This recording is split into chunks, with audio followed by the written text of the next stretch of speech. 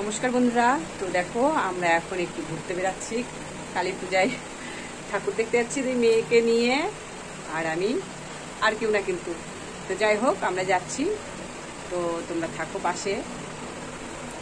প্রথমেই আমার ছোট মেয়ে একটু আপত্তি ছিল, যাবে না ঘুরতে। তো আমরা বললাম কেন যাবি না, আমরা দুজন যাব, তুই যাবি না, এটা কখনো হয়? তো বলছে যে না আমার ভালো ড্রেস নেই, এর জন্যেই আমি যাব না। তো আমার বড় মেয়ে বলছে কেন, আমার চুড়িদার পর, আর তোর তো অনেক ভালো ভালো ড্রেস আছে রে, কেন? ওই যে কথায় আছে না যে ভালো থাকলেও দেখবে যে ঘুরতে বেরালে আর কিছু নেই। যেহেতু ও মার শাড়ি পরে নিয়েছে, তো ও ভাবছে যে আমার তো ভালো ড্রেস নেই, আমি কি করে যাব। তো যাই হোক এই করে পরে বড় মেয়েরটা পরে নিল, পরে অনেক রকমের ও আপত্তি করছিল, কিন্তু আপত্তি যে কিসের জন্য করছিল সেটাও ভালো করে আমি বুঝতে পারিনি। তো মেয়ে বলছে যে আমার পা ব্যথা করছে। তো তোমাদেরকে কালী পূজার সময় হয়তো আমি একটা ভিডিও দিয়েছিলাম, হয়তো না দিয়েছিলাম আমি ভিডিও, যে ওকে আমি ডাক্তারের কাছে নিয়ে গেছিলাম, পূজার বাজার টাজার করেছিলাম। আমার মেয়ের পায়ে তো ব্যথা লেগেছিল, সেটা তোমাদেরকে বলেছিলাম। তো ব্যথাটা লেগেছিল হচ্ছে ও পড়তে যাচ্ছিল, তো সেখানে একটা বাতা ফেলা ছিল, তো বাতার থেকেই ও পায়ের মধ্যে লেগেছিল। তো আমি আবার বললাম অনেকটাই যাই হোক ছুলে গেছিলো, তো আমি বললাম কী রে বাতাটা ঢুকে যায়নি তো? তো মেয়ে বলছে না না ঢুকে নাই। আমি বলছি যে না ডাক্তারের কাছে একটু দেখাতে হবে। তো আমি তো হোমিওপ্যাথিক দেখাই, তো হোমিওপ্যাথিক ওকে দেখাতে ডাক্তারের কাছে নিয়ে গেলাম। তো ডাক্তার বলছে যে না না কিছু ঢুকে নেই, যাই হোক ওষুধ টষুধ দিয়েছে। তো ওটার তো ব্যথা আছেই, ওর জন্যেও হয়তো আপত্তি ছিল, সেটা আমরা বুঝতে পারিনি। তো এই করে ও যাচ্ছে, তারপরেও বলছিল যে মা আমার তো জুতা নেই ভালো। তো আমার বড় মেয়ে বলছে কেন জুতা নেই, তোর যখন পা ব্যথা তাহলে মায়ের জুতা পর, আমারটা তো বুঝোই একদম সিম্পল থাকে মাদের যেহেতু।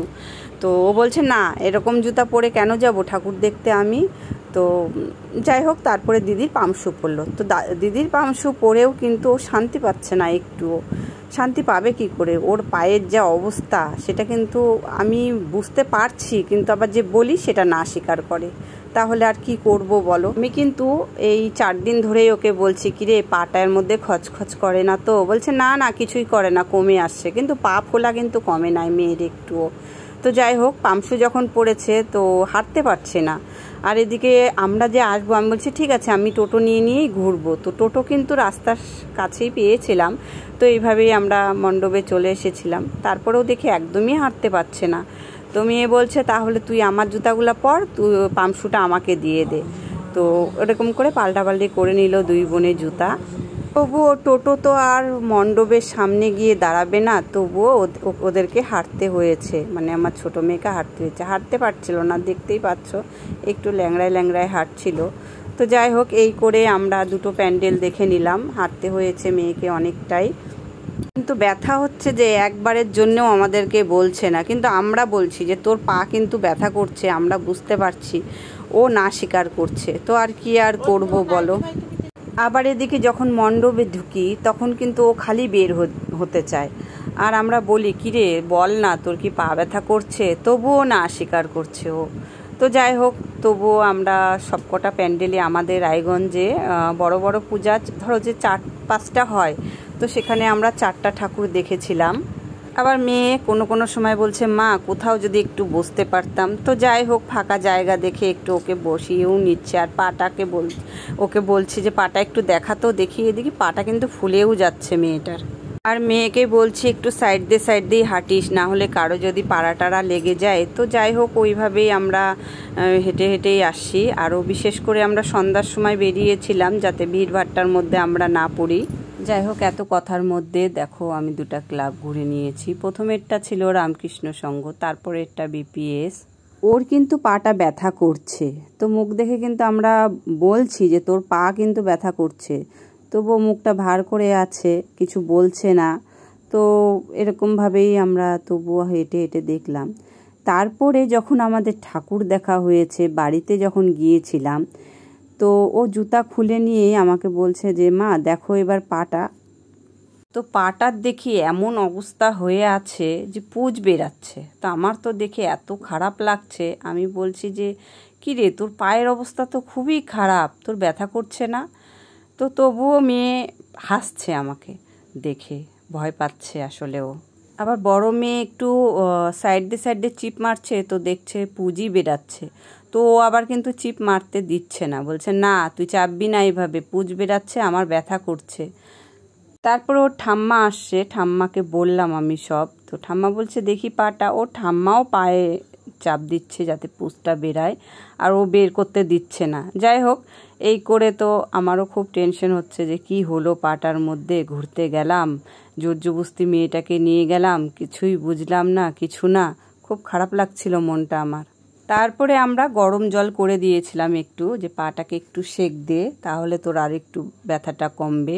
এদিকে কিন্তু মেয়ে কিন্তু ব্যথা আমাদেরকে দেখায় না, ভেতরে ভেতরেই সব সহ্য করে, কি করে যে সহ্য করে আমিও বুঝে পারি না।